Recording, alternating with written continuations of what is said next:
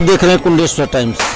हम इस समय विंध्य क्षेत्र के प्रसिद्ध तीर्थस्थल देव तालाब में हैं, जहां पर आज दीपावली के अवसर पर जय जन कल्याण समिति देव तालाब के द्वारा इनके जला करके दीपोत्सव का यह भव्य कार्यक्रम आयोजित किया गया है। जैसा कि आपने देखा और देख रहे हैं कि शिवकुंड और मंदिर परिसर के चारों ओर दियों के माध्यम से भव्य सजावट की गई है।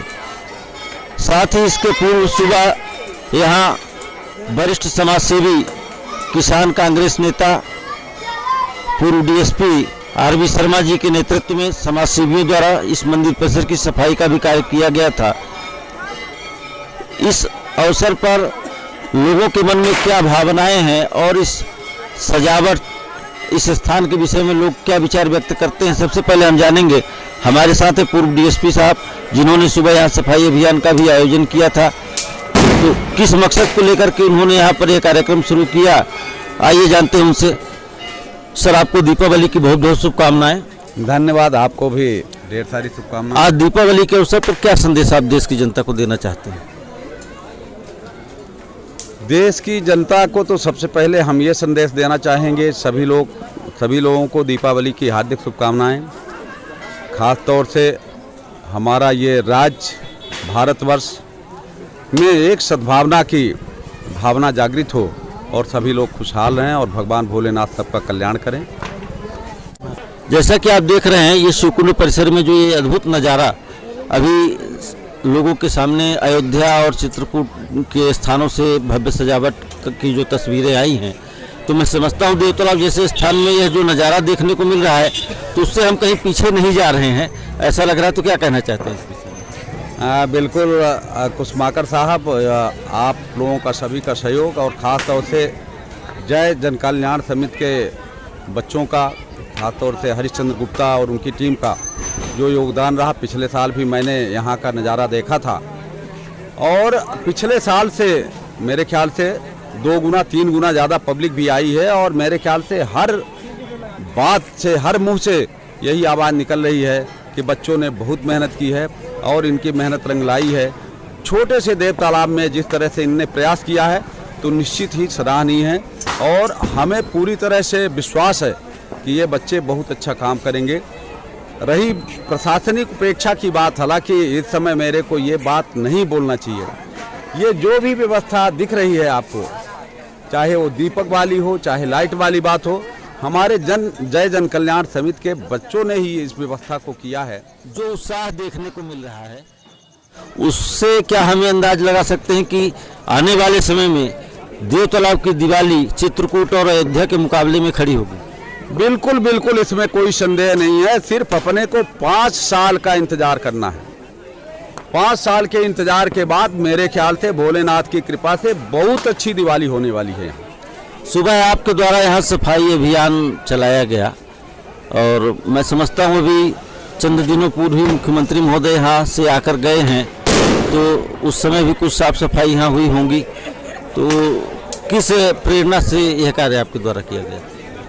एक्चुअली हमने यहाँ पर जो देखा, खास तौर से शिवकुंड मंदिर का, शिवकुंड का जो जल है करीब करीब विषाक्त होने के कगार पे है। कई बार मछलियाँ भी मरी हैं। आज मैंने पूरे में भ्रमण किया, कल भी भ्रमण किया था आपके साथ में, तो मैंने देखा था कि कई जगह शिवकुंड की सीढ़ियों में लैट्रिन पड़ी हुई है। तो हम लोगों ने एक मानसिकता बनाई कि ये पावन पर्व हर घर में सफाई होता है दीपावली के दिन, तो यदि शिव कुंड में हम सफाई नहीं कर सके तो हमारी सफाई घर की अधूरी रहेगी। इसी प्रेरणा को लेकर के हमने सफाई की। लेकिन एक बात मैं प्रार्थना पूर्वक करना चाह रहा हूँ, मैं सीएम साहब को दोषी नहीं ठहराता, विधानसभा अध्यक्ष महोदय को दोषी नहीं ठहराता।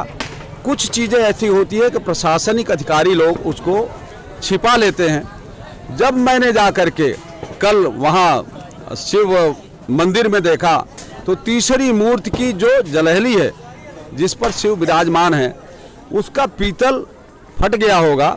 वहाँ पर जो है तो शिव की मूर्ति से लेकर के सफ़ेद सीमेंट लगा दी गई है और संभवतः जब सीएम साहब दर्शन करने आए होंगे उस समय से माला से ढक दिया गया होगा, वो बात नोटिस में नहीं आई।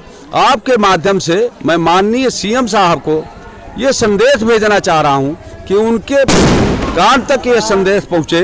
चूँकि वो ईश्वर को मानने वाले हैं, भाजपा ईश्वर को मानने वाली है, हम लोगों की ईश्वर के प्रति बहुत बड़ी आस्था है, तो उनके पास तक ये संदेश पहुँचे कि यदि उनके आने के बावजूद इस तरह से व्यवस्था है कि दीपावली में कोई झालर नहीं लगी है प्रशासनिक व्यवस्था की ओर से, 25 लाख रुपए भगवान के ट्रस्ट में हैं, इसके बावजूद प्रशासनिक अमला कोई व्यवस्था नहीं दे पा रहा है, तो इसको कौन देखेगा?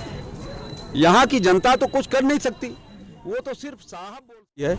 तो कम से कम जो पद पे बैठे हैं, शासन में बैठे लोग हैं, कम से कम वो लोग इन लोगों को समझाएं, बुझाएं और ईश्वर इनको सद्बुद्धि दे कि कम से कम यदि घर की सफाई अपने कराते हैं तो यहाँ भी लाइट की बंदोबस्त करवाएं, लाइट की व्यवस्था करवाएं। सीढ़ी में कहीं पे भी लाइट नहीं है शासकीय अमले की तरफ से, सिर्फ बच्चों ने ही व्यवस्था की है और वही चल रही है। सफाई अभियान तो पिछले साल की तुलना में यदि हम कहें तो बहुत अच्छा है, इसमें कहीं कोई संदेह की गुंजाइश नहीं है। लेकिन कितनी भी सफाई कर ली जाए, यदि नित्य प्रतिदिन सफाई नहीं होगी तो कहीं न कहीं गंदगी फैलेगी। क्योंकि आज दीपावली के अवसर पर आपने यहाँ सफाई की, इसके बाद कल के बाद फिर वही नज़ारा देखने को मिल सकता है, तो इस विषय में आप क्या कहना चाहते हैं?